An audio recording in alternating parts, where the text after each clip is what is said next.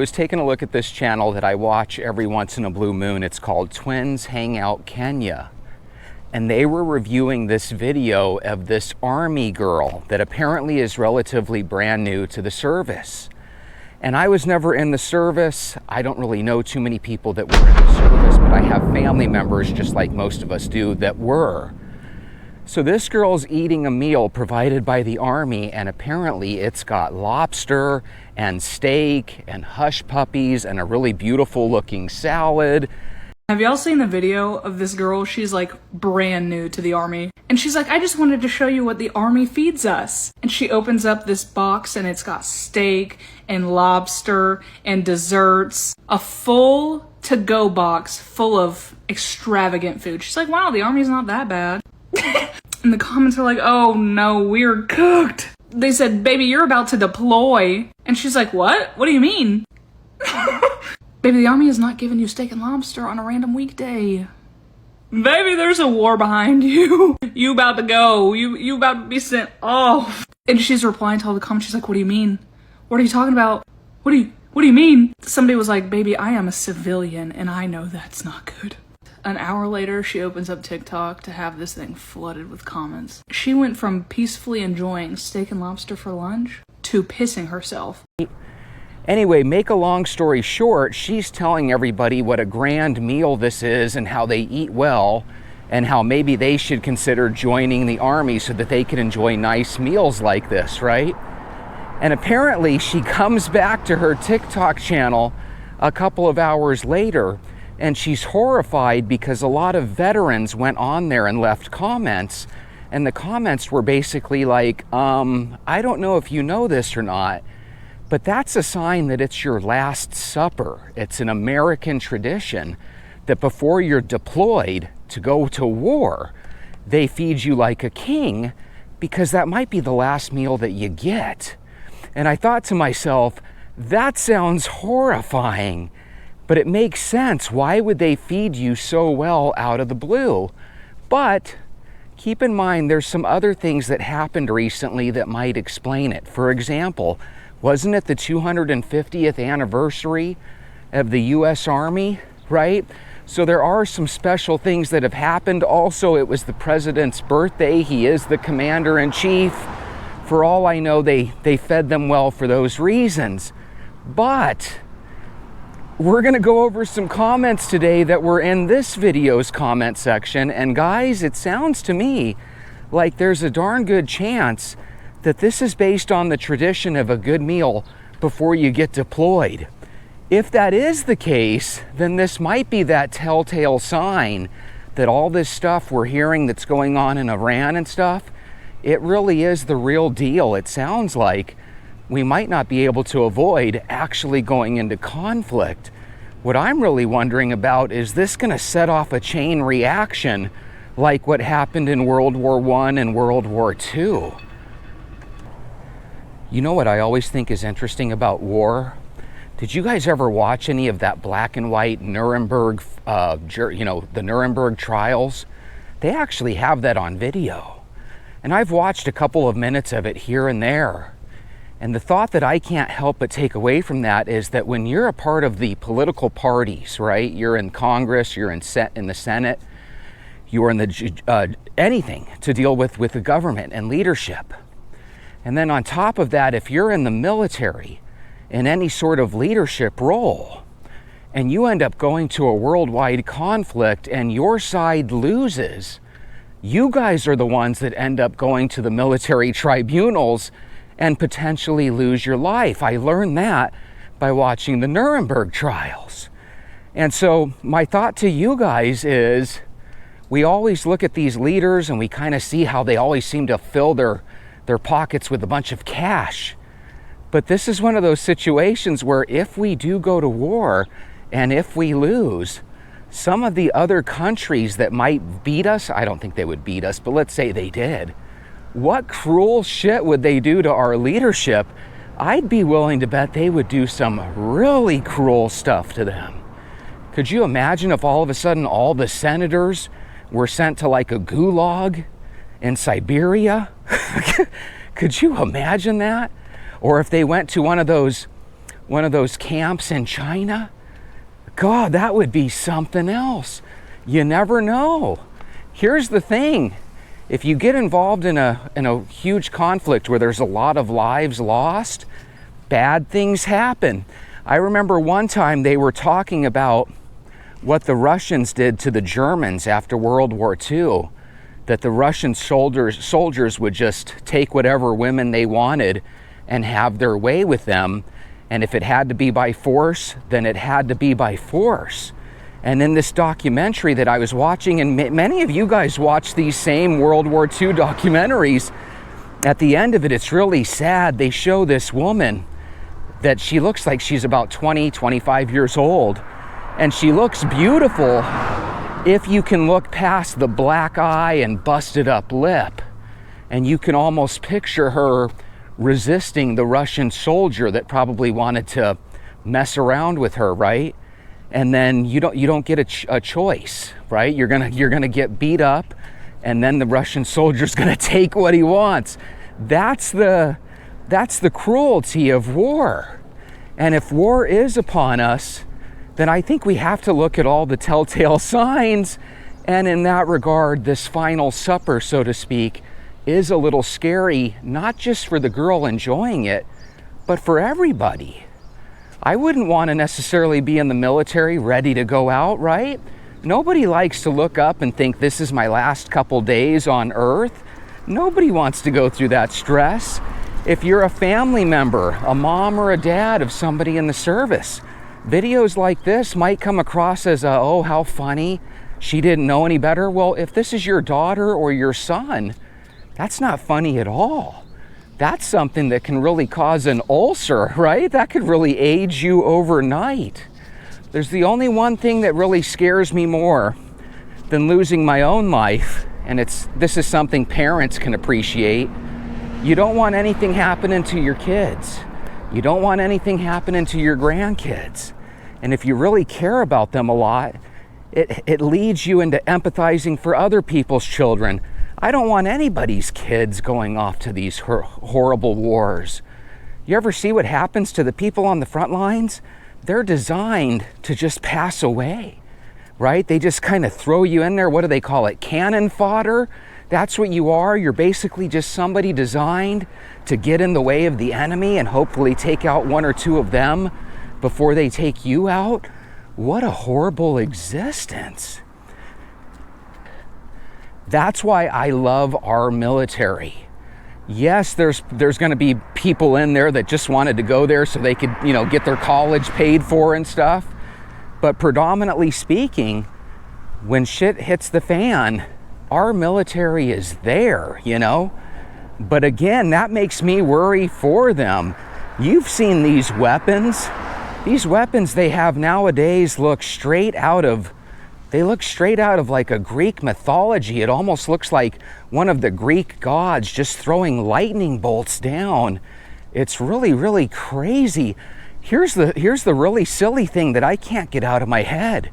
You have all these weapons, including drones, and then you have America sending out all of its aircraft carriers to the region.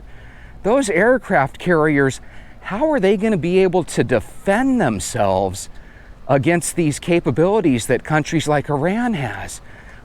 I see those aircraft carriers as being in a lot of trouble, but I'm sure that they probably know something I don't. Maybe they're extremely safe. Maybe they can handle multiple attacks on them.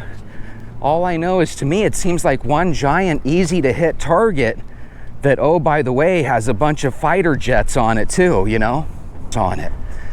At Blazin Phoenix 8013 says, as an Army veteran and retiree, that is how they feed you when your unit is about to deploy. Don't be fooled. You know what sucks about food? The one thing that sucks about food is you only enjoy it while you're chewing on it, right? Because you're tasting it in your mouth. After that, you feel all heavy and sleepy for the next hour. You end up gaining a lot of weight really easily, right? It's almost like all you get to enjoy is the bite that's in your mouth. It's just weird like that, but it's really true. And this would be one of those meals where if you found out you were about to be deployed, it would probably even taste more, it probably wouldn't even taste good at all. I always tell myself, I'm like, Jesse, when you go out, walk a half step slower so that you can, you know, enunciate your words and you don't sound all slurred like you're drunk. But then you get out here and I don't know what it is, just while you're walking and talking, you've got to breathe sometimes, so sometimes it gets a little challenging. Then on top of that, you got to put sentences together and it's just like, holy shit. You're telling me I can't walk, talk, chew gum at the same time? Apparently not. Oh, by the way, 117 degrees outside today. Right now, I think it's down to 109. But think about this, an hour and a half ago, it was 117 degrees out. Tell me that's not crazy. The Inkwell 442 says that military parade was the quiet announcement, and that meal was the Last Supper before K rations. So the military parade, I believe what this guy's talking about is for Trump's birthday, and I think it was his 79th birthday. I think he had a military parade to celebrate his birthday along with the birthday of the Army, right? And if you think about it, it makes perfect sense. Right before you go to war, you would want to show people the military's might. Friends, you've arrived at the right place. This is Jesse, and he'll be our guide for today. Welcome to Walk Talk Vent. You know what's funny?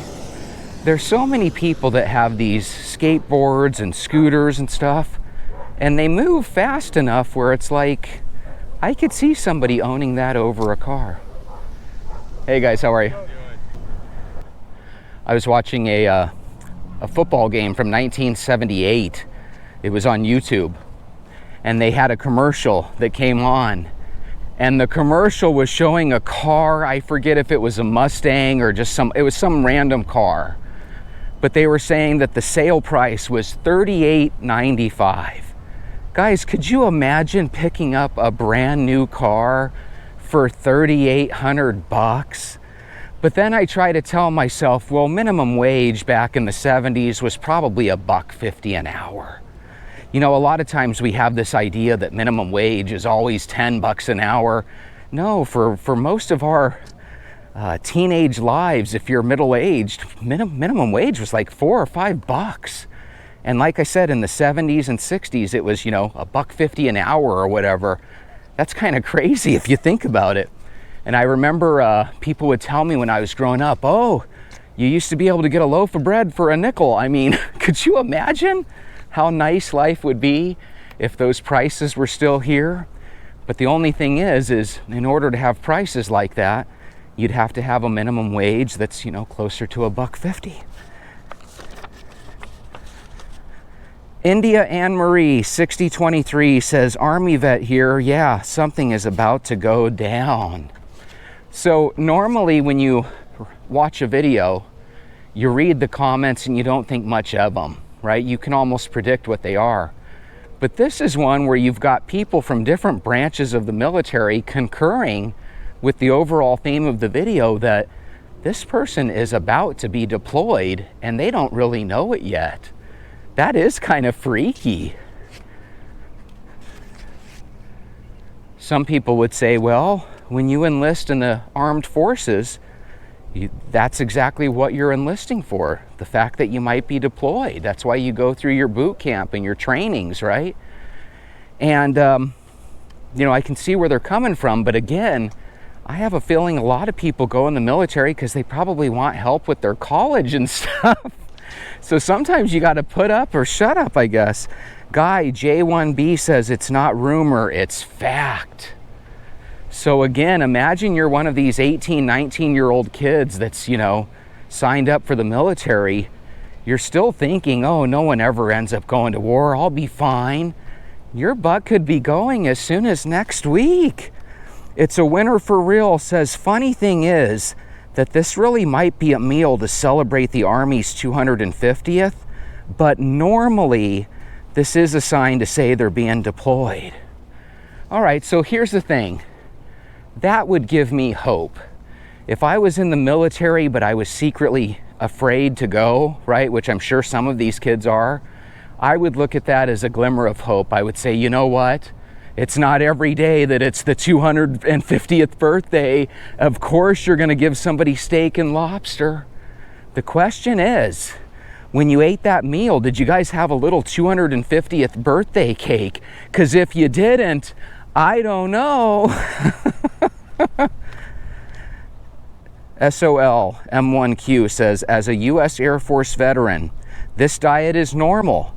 5-star meals 3 times a week. Okay, so that was a comment that I wanted to finish on to give everybody hope. There's a chance this could just be a nice meal because our armed forces deserves it. That's what I'm gonna hope for. That's what we're gonna go with. We're gonna go with this is just a nice meal and nobody's gonna be deployed. But if they are deployed, we as a country are gonna back our armed forces. Do we want this to happen? No, but if our kids are in harm's way, by golly, we're gonna support them. Can I get an amen? I think that's what a lot of people don't realize. You know, you can sit there and hate the actions of your country, but if your kids are involved in the military and they're out there on the front lines, they need our support, right? They need our support. I wonder how this would turn out. You know, it's really easy to just say, oh, America would win, but the other countries are becoming more and more brazen. I always wonder, do you guys think there's a chance that maybe, just maybe, they know something we don't? You know, I like to kid that the UFOs out there aren't from other dimensions or other planets or galaxies. They're just from our US military. But our US military denies it left and right. What if they were being honest? And what if those UFOs are actually from China, from Russia, from Iran? Is there a chance that just like a champion boxer gets defeated eventually, is there a chance that second place kind of leapfrogged us?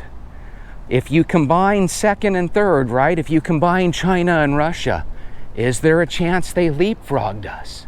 And if you get leapfrogged in today's world, is that like somebody jumping ahead of you 20 or 30 years? You know, if somebody has faster, better technology, they're going to appear to be unstoppable. So it's really going to be interesting how this comes out. And it would be also interesting if we end up losing, and in the next 20 or 30 years, along with English, they ditch Spanish and start teaching people how to speak Chinese or Mandarin. God, could you imagine that? Holy moly.